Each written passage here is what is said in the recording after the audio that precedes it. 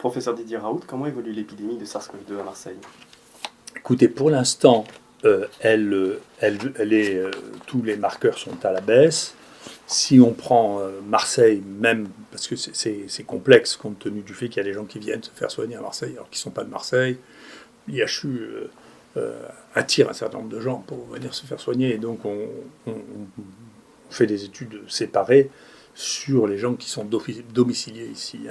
Donc on voit qu'on est, comme au printemps dernier, on est sur une tendance à la baisse. Je ne sais pas ce qui se passera après, mais il y a une tendance à la baisse qui est nette. On voit sur ce premier schéma. De là, c'est un schéma sur les patients en réanimation. Vous voyez que à un moment, il y a un peu de nervosité chez nos réanimateurs, mais le nombre de personnes en réanimation n'a pas dépassé ce que nous avons eu pendant la première épidémie. Et puis chez les patients décédés, en revanche, là, comme l'épidémie dure depuis longtemps, il y a eu beaucoup plus de patients décédés pendant cette période-là que ce qu'il y a eu ici avec une moyenne d'âge qui est la même, mais avec plus de patients décédés en dépit du fait que les moyens de prise en charge étaient meilleurs. Globalement, notre analyse à ce stade-là est que le variant qui a donné cet épisode que l'on voit ici, qui est le variant bleu, qui est le 4, celui qui est lié au vison, a plus tué que celui qu'on appelle le variant de Wuhan, qui est le premier, et tue plus aussi, semble-t-il, que le variant anglais qu'on trouve ici en rouge. Donc ça sont l'évolution des variants depuis le début de l'année. Donc le 4 disparaît, le UK s'est implanté, il semble être en train de régresser. Et voilà. Donc il y a une évolution qui a l'air d'être satisfaisante. On voit l'IHU n'est pas plein, le nombre de patients diagnostiqués diminue. On était à un moment, il n'y a pas longtemps, à 200 par jour, on est passé à 100 par jour, maintenant on est plus à 50 par jour diagnostiqués ici, sur place. Donc on voit bien le taux diminuer. Avez-vous des éléments qui permettent d'évaluer l'efficacité de la vaccination? On a des éléments préliminaires, mais il y a deux choses qui sont très intéressantes. Il y a eu 350 personnes vaccinées diagnostiquées ici, déjà. Donc il y a beaucoup. Donc on a eu une collègue là, qui nous a rapporté les données de la pharmacovigilance. Au moment où elle nous les rapportait, dans toute la France, il y avait moins de cas rapportés que simplement à l'IHU. Donc je pense que la saisie des données est peut-être incomplète. En tout cas, nous, on en a eu 350. L'incidence chez les vaccinés, première ou deuxième dose, quel que soit le vaccin, est à la moitié, chez les gens qui viennent se faire tester, elle est de 6% environ, elle est de la moitié de ceux qui ne sont pas vaccinés. Il n'y a pas une différence considérable. Et il y a 20% des gens qui viennent se faire vacciner ici, qui viennent se faire tester ici, qui ont été vaccinés, et la proportion de vaccinés dans la population est de 25%. Donc ce que l'on a est à peu près représentatif de la population, il y a sûrement des tas de biais, mais on ne doit pas être loin de la vérité. Quand on voit ça, on a l'impression qu'on est plus autour d'une protection de 50% que mieux que ça. C'est ce qu'on voit en pratique. Ce qui n'est pas antagoniste de ce qu'il y en a dans la littérature, si on veut bien lire non pas les communiqués de presse ou juste simplement résumer. Beaucoup de gens se mettent à faire de la science, mais la science c'est un métier, il faut aller regarder dans le matériel supplémentaire, il faut regarder les vrais chiffres. Alors dans beaucoup de publications, on enlève, ou bien alors on ne met pas, on met des cas qui ne sont pas documentés. Ça c'est quand on voulait montrer que la remdesivir marchait, on incluait des gens qui n'avaient pas de test PCR. Alors ça c'est montrer que la remdesivir marchait. Quand on veut montrer que le vaccin marche, on inclut que les gens qui ont à la fois, dans l'abstract, à la fois une PCR et qui sont symptomatiques, sachant que la définition de symptomatique est une définition qui est partiellement subjective. C'est-à-dire que d'un médecin qui interroge un autre médecin qui interroge, ou une infirmière qui interroge, vous n'avez pas les mêmes résultats. Donc ce n'est pas un fait brut, oui ou non. Donc c'est intéressant. Donc si vous regardez tous les gens positifs, étiquetés symptomatiques ou pas symptomatiques, vous n'avez pas du tout les mêmes résultats que ceux que vous avez dans l'abstract. Alors ce que vous avez dans l'abstract, c'est pour AstraZeneca, c'est 70% de protection pour le virus anglais en Angleterre des formes symptomatiques et 30% de protection chez les gens qui sont asymptomatiques. Si vous comparez ça aux données que nous avons, nous aussi, ça veut dire qu'il y a 50% des gens il y a 50% de gens de protégés, entre guillemets, contre l'infection par le Covid-19 avec le AstraZeneca.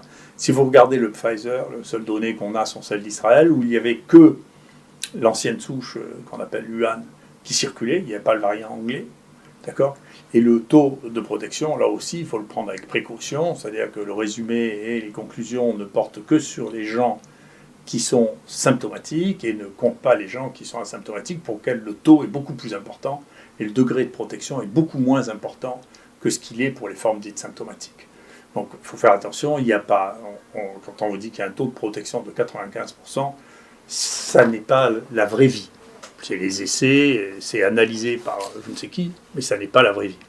Et donc j'ai l'occasion, je reviendrai dessus, de dire que le fait que ce soit publié dans le New England ou dans le Lancet, c'est papier, et donc je vous en mets la couverture pour que vous puissiez les regarder, mais il faut aller regarder vraiment les données dans le texte, pas les abstracts, parce que dans les abstracts, j'avais jamais remarqué ça. C'est la première fois que je vois ça. Dans les abstracts, on ne dit pas la même chose que dans le texte, ça ne représente pas l'intégralité de ce qui est trouvé. C'est comme ça, c'est des résultats qui sont arrangés. Donc voilà, ça c'est la cinétique des patients vaccinés que nous avons actuellement. Donc ça c'est tous les patients vaccinés infectés. On suit ça tous les jours. Et donc je vous ai dit, on en a à peu près 350 maintenant qui sont positifs. Et bien entendu, on ne sait pas très bien ce qui va advenir de cette protection compte tenu de ces variants qui circulent. Nous, en plus, on a maintenant ce variant 501 qu'on vient de publier. C'est le troisième variant qu'on publie. Il n'y a aucune équipe au monde qui a publié 3 variants. Donc on a décrit le Marseille 1, puis le Marseille 4, maintenant le Marseille 501. Et parmi les vaccinés, il y a moins d'hospitalisation, mais il n'y a pas moins de morts. On a 1% de morts, comme avec les autres. Et parmi les morts, on a un mort avec ce 501, qui représente un spike différent, lui aussi, qui est peut-être moins bien protégé. On est en train d'analyser ça que les autres. On sait que l'anglais, et surtout le sud-africain et le brésilien, sont moins bien protégés par ce vaccin, par les vaccins qui circulent maintenant, qui sont basés sur la souche Wuhan, voilà, et qui sont seulement sur la spike et non pas sur l'ensemble du virus. Voilà donc l'état de la situation. Donc dans les réflexions vaccinales, il faut intégrer plusieurs éléments. Il y a un travail qui vient de sortir à Paris, donc c'est pas le genre de travaux qu'on fait parce qu'on ne fait pas de big data, nous, sans avoir de médecins qui valident directement les données. On n'inclut pas les patients s'ils n'ont pas une PCR positive parce qu'on considère que c'est des vérités plus informatiques que médicales. Quoi qu'il en soit, sur ce travail qui a été fait, ils ont montré que chez les gens qui étaient en ambulatoire, et en particulier qui avaient moins de 75 ans, la mortalité est entièrement négligeable, voire nulle. Donc il faut réfléchir à pas s'emballer, il faut prendre les choses, et en particulier dans les stratégies vaccinales. Moi, je ne suis pas un décideur, mais dans les données actuelles, on ne peut pas dire que les vaccins protègent d'une manière significative la circulation des virus, parce que les porteurs asymptomatiques, la proportion de porteurs asymptomatiques reste extrêmement importante. Donc l'idée du vaccin fait pour protéger le reste de la population est une idée qui n'est pas réaliste dans cette situation. Et la deuxième chose, c'est que, compte tenu des mutants qui circulent, il faudra faire attention. Ensuite, il y a une dernière chose je veux dire sur les vaccins, qui est très étrange, qui sont en cours d'exploration, et que je n'ai pas vu rapporter, mais peut-être que ma bibliographie était incomplète, c'est que nous avons maintenant un nombre de gens qui est significatif, c'est-à-dire que l'on a 46 patients qui ont fait un Covid dans la semaine qui a suivi l'injection. Et c'est significatif par rapport à tout ce qu'on fait. Donc la chance, si on ne vous vaccine pas, que vous ayez dans la semaine un Covid, est moins importante que si on vous vaccine. Et ça, c'est une chose qui n'avait pas été décrite. Alors c'est très frappant, parce que vous voyez des gens qui ont été vaccinés et qui 3 jours après ont un Covid, ou 2 jours après ont un Covid, ou 5 jours après un Covid, et je ne sais pas ce que ça veut dire. Est-ce que c'est des gens qui étaient porteurs asymptomatiques, et chez qui la vaccination a déclenché une réaction qui fait qu'ils sont devenus symptomatiques? C'est une vraie question. Si c'est le cas, ça veut dire qu'il y aura une réflexion à avoir à faire un test PCR chez les gens qu'on va vacciner pour être sûr qu'on ne va pas déclencher un Covid chez eux. Mais en tout cas, c'est un phénomène nouveau. J'ai essayé d'en prévenir les différentes autorités, je n'ai pas réussi à le faire pour l'instant, mais en tout cas, c'est un phénomène nouveau, important, dont il faut tenir compte, parce que, même si j'ai l'habitude maintenant, pendant une semaine, tout le monde dit que c'est pas vrai, vous verrez que 6 mois après, tout le monde dira c'est vrai, c'est un phénomène, parce que les phénomènes observés, vous savez, ils ne sont pas tellement subjectifs. Voilà. Donc, il y a un véritable phénomène qui est là, dont il faut tenir compte. Avez-vous des éléments qui permettent d'expliquer que les abstracts dont vous parliez soient différents du texte, qui expliquent ces approches étonnantes de la science? Écoutez, je sais que ça m'amuse beaucoup d'entendre parler de complotisme, d'être dans la négation du fait que la circulation d'argent à ce niveau-là risque d'être associée à de la corruption. Donc il y a des gens manifestement qui ne voyaient pas ça, donc qui n'ont probablement pas de notion de l'histoire, de tout ce qui s'est passé dans le temps, parce que c'est vieux comme le monde, la corruption. Mais j'aurais fait un petit travail pour qu'ils arrêtent de dire des bêtises, pour dire que les partenaires que nous avons ont tous déjà été condamnés pour corruption. D'accord? Donc peut-être que ce coup-là, ils ne le font plus, c'est possible, mais vous voyez, Gilead, là, condamné à 97 millions de dollars. Vous voyez, ici, alors Gilead, c'était le remdesivir. Hein. Après, Pfizer a été poursuivi, payé par 60 millions de dollars, pour des décennies de briberie. Briberie, c'est la corruption. D'accord? AstraZeneca a payé aux États-Unis, c'est les États-Unis qui les poursuivent, 5,52 millions pour de la corruption à l'étranger. D'accord? GSK, alors c'est lui qui a le plus, il a été condamné pour corruption en Chine. Vous voyez? Et donc, il faut quand même pas penser que j'invente qu'il existe de la corruption liée à l'industrie pharmaceutique. L'industrie pharmaceutique est le secteur le plus rentable de tous, et les publications scientifiques sont le secteur le plus rentable de tout. 35% de bénéfices par an pour des grands groupes de journaux. D'accord ? Et une partie extrêmement significative des recettes des journaux scientifiques de cette taille-là vient directement des contacts avec l'industrie pharmaceutique. Il y a un exemple, par exemple, il y a une année où Merck a acheté pour 500 000 dollars de bons à tirer, c'est-à-dire d'articles théoriquement faits pour être distribués. En pratique, ils ont versé 500 000 dollars au journal qui l'a publié, ce qui a constitué une partie importante de ses recettes. Ça s'appelle de la corruption déguisée, simplement, parce que je ne pense pas qu'ils aient eu la capacité à distribuer autant de bons à tirer. Donc, c'est un monde normal. Il y a des gens qui cherchent à gagner de l'argent à tout prix. C'est le rôle de l'État. C'est pas la faute des gens d'essayer de gagner de l'argent.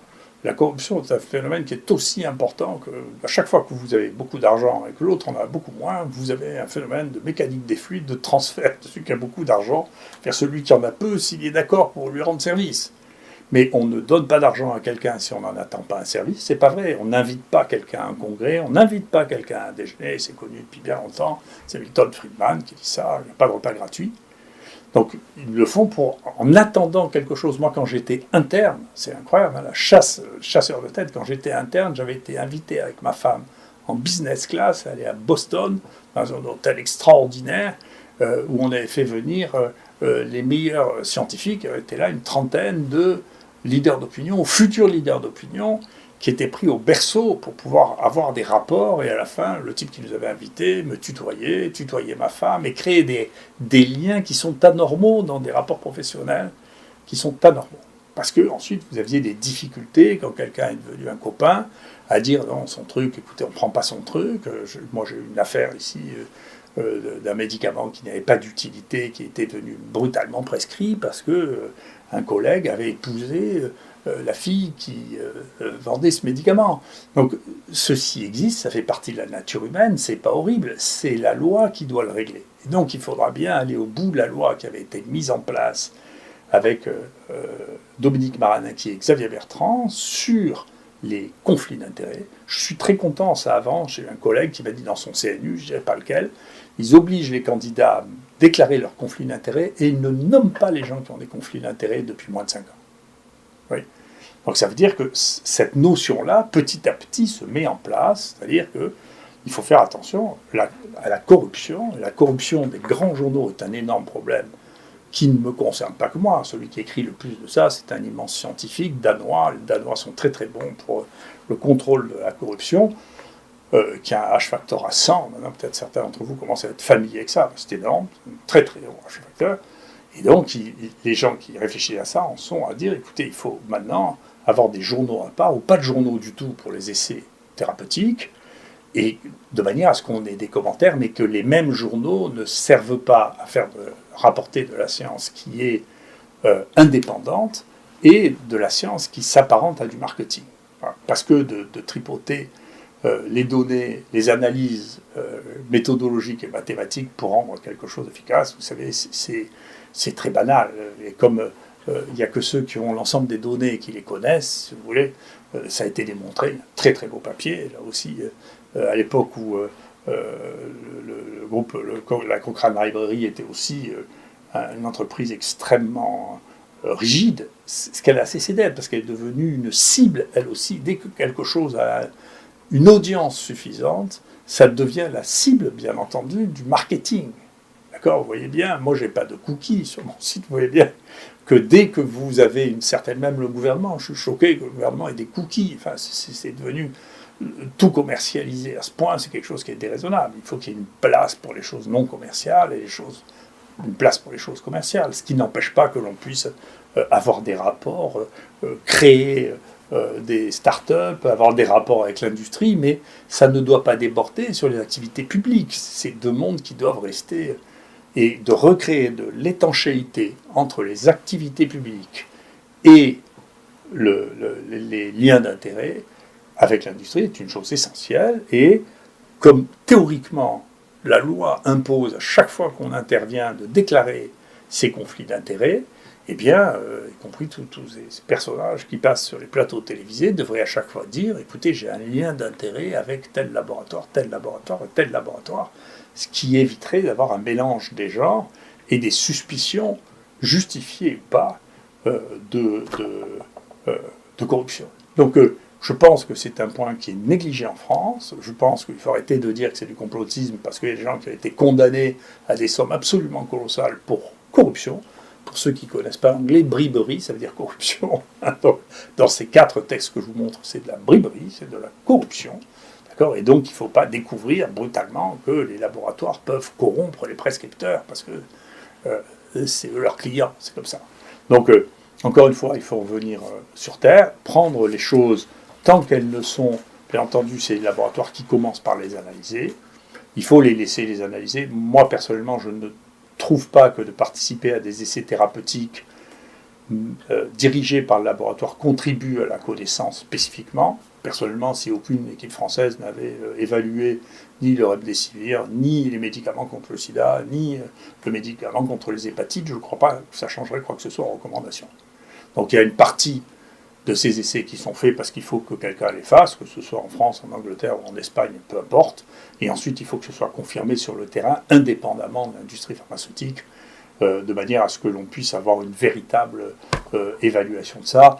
Et ça n'est pas faire de la recherche que d'inclure des malades dans un programme qui a été réalisé par l'industrie pharmaceutique, dont l'analyse est faite par l'industrie pharmaceutique, dont la méthodologie a été mise en place par l'industrie pharmaceutique et dont même le papier a été rédigé par l'industrie pharmaceutique et ensuite proposé et fait accepter dans les plus grands journaux du monde.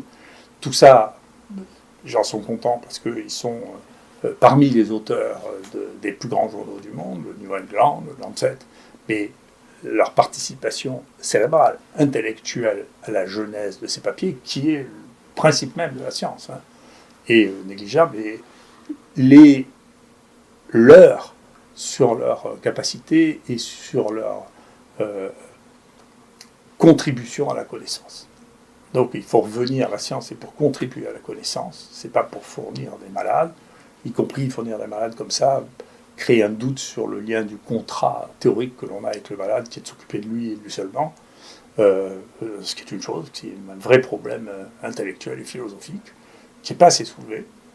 Et deuxièmement, il faut le comité d'éthique, plutôt que de se pencher sur la méthodologie, devrait se poser des questions sur la morale des essais thérapeutiques. Et ce que je regrette, c'est que certaines décisions de comité de protection des personnes, du comité d'éthique, ne me paraissent pas avoir été analysées d'abord sur le plan de la morale, avant d'avoir été analysées sur le plan de la méthodologie qui est fille du temps, comme disait Brecht, et donc ça changera, ça, les méthodologies. Mais le fait qu'on fasse ça pour faire du bien aux gens, ou qu'on fasse ça pour voir que c'est pas plus mauvais, bien que ce soit plus cher que le traitement précédent, ce qui sont les essais de non-infériorité, ça pose un problème moral.